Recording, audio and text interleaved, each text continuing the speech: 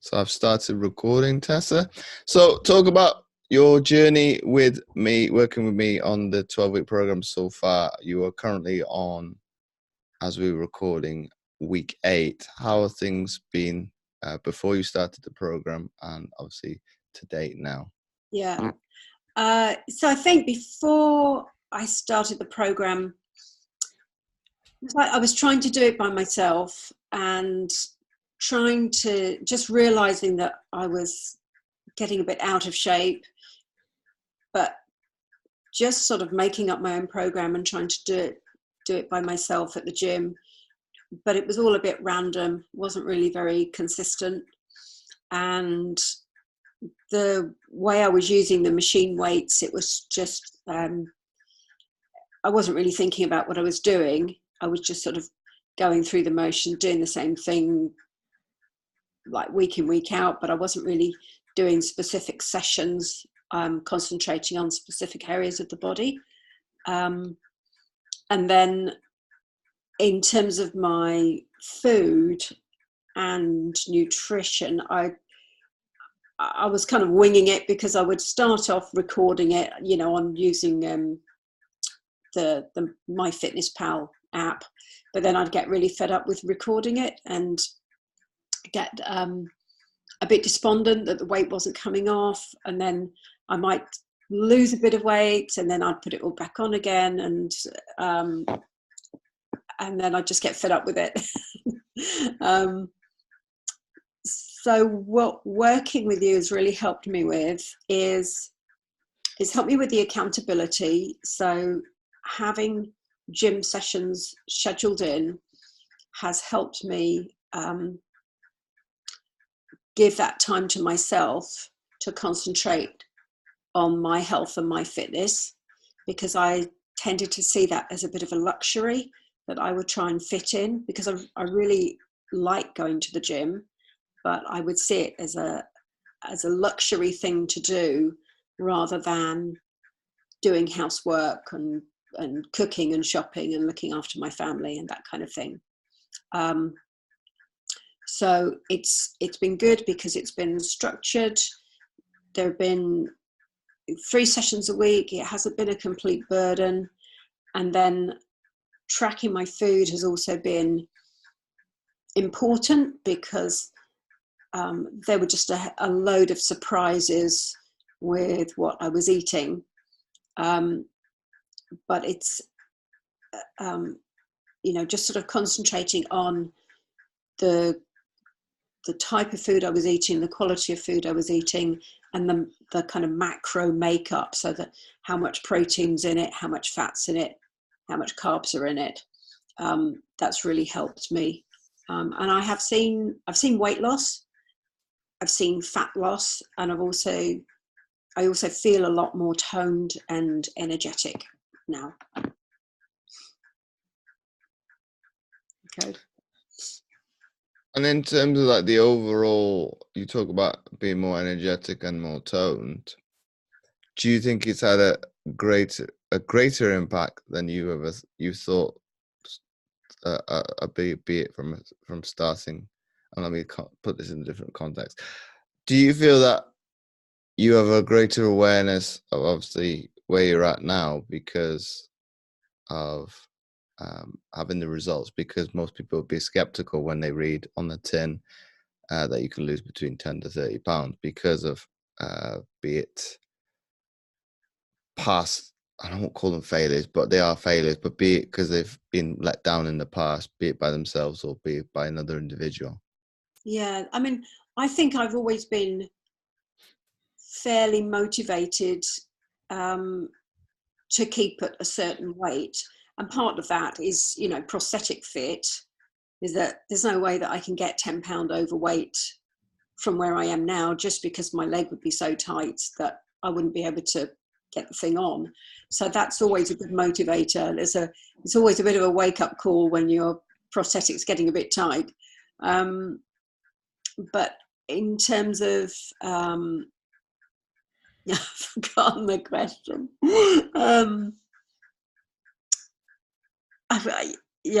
Be be it from when people have got a bias, did you have a bit of a gut feeling before you started on a program, this is too good to be true?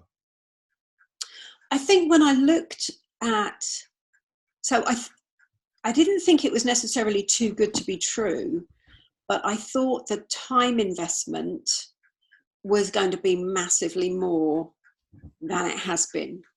And I think that was the thing for me, was when I saw what you set me in terms of the exercises, I thought, oh, okay, that's going to be really doable. It's not, I think I imagine myself having to train really hard 5 days a week, weights, cardio, like hours and hours of investment per week. And so it's been a surprisingly doable level of investment in terms of time. Really, really doable. And I think, you know, in terms of the amount of time that I would perhaps otherwise waste on Facebook or something like that, that's really not contributing to any particular well-being, probably, but definitely not to my physical well-being. It's been, yes, a really good use of time, really, really good use of time. It's a good investment in your own health. And you think, obviously, and this is probably the final question to wrap up the testimonial, do you think having somebody that's like-minded individual like yourself, and be what I'm going to be from the, I'll call it limb loss or limb difference as opposed to disability, because some people don't like that word. Do you think that's kind of the cherry on top, to be able to have a trainer in your corner that can emphasize the good and the bad? Yeah, because number one, that the exercises that you set me were appropriate.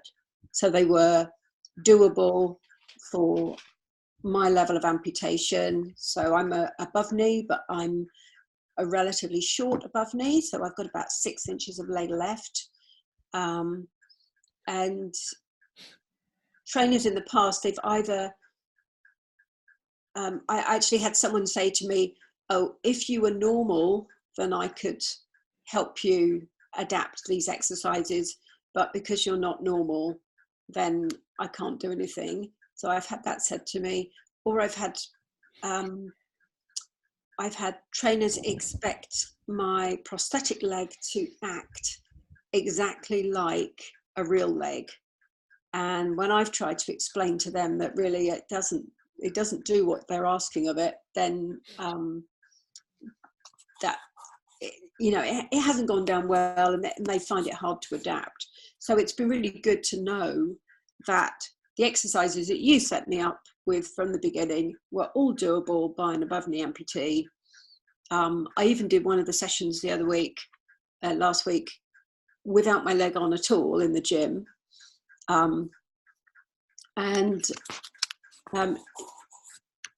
it's just easier to do it that way, I think.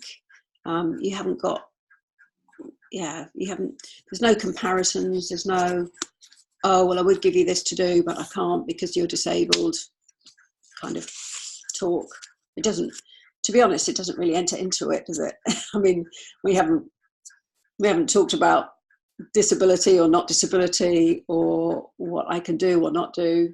And then because I'm giving you feedback about the exercises as we're catching up, you know, if there was something that I was finding really difficult, or if there was something that was making my back twinge or whatever, then you would work around that. I really feel confident that you would work around that. And obviously I'll push this point specifically because I think it's very poignant to be able to answer and get your perspective on it. How does it make you feel that an industry that is worth loads and loads of money, it's probably worth billions, is not willing to adapt to you as an individual as opposed to the other way around? Yeah, I mean, I think the industry is made up of individuals, and I think within that there are some individuals are more adaptable than other individuals, but as a whole, it's not a very adaptable industry. And as a whole, the idea of people with limb loss doing physical fitness, not Paralympians, not para-athletes, not people competing at a high level, but just everyday members of the public who have limb loss, who want to keep fit, the industry could do with doing a lot more for us. And I think it would be good if PTs in the industry got trained in working with people with different, differently abled people, and probably just listening more to when we say, I can't do that. Most of us are pretty, we push through an awful lot of stuff. We push through a lot of inconvenience and pain and what have you anyway. We're not generally wimpy people who make excuses about everything. And, if you're at the gym and you say, I can't do that, then no, I really can't do that. And my last question to you, Tessa, is what would you say to the people, even if they got to this point in the testimonial, that are still on the fence? What advice would you give to them? I would say that this is your life that you're talking about. You get one life, and especially if you're an amputee, for your own physical fitness, for the best use of any prosthetic leg, for your longest, most productive, most exciting, most fulfilling life, it's important for you to stay physically fit, physically well, mentally well, and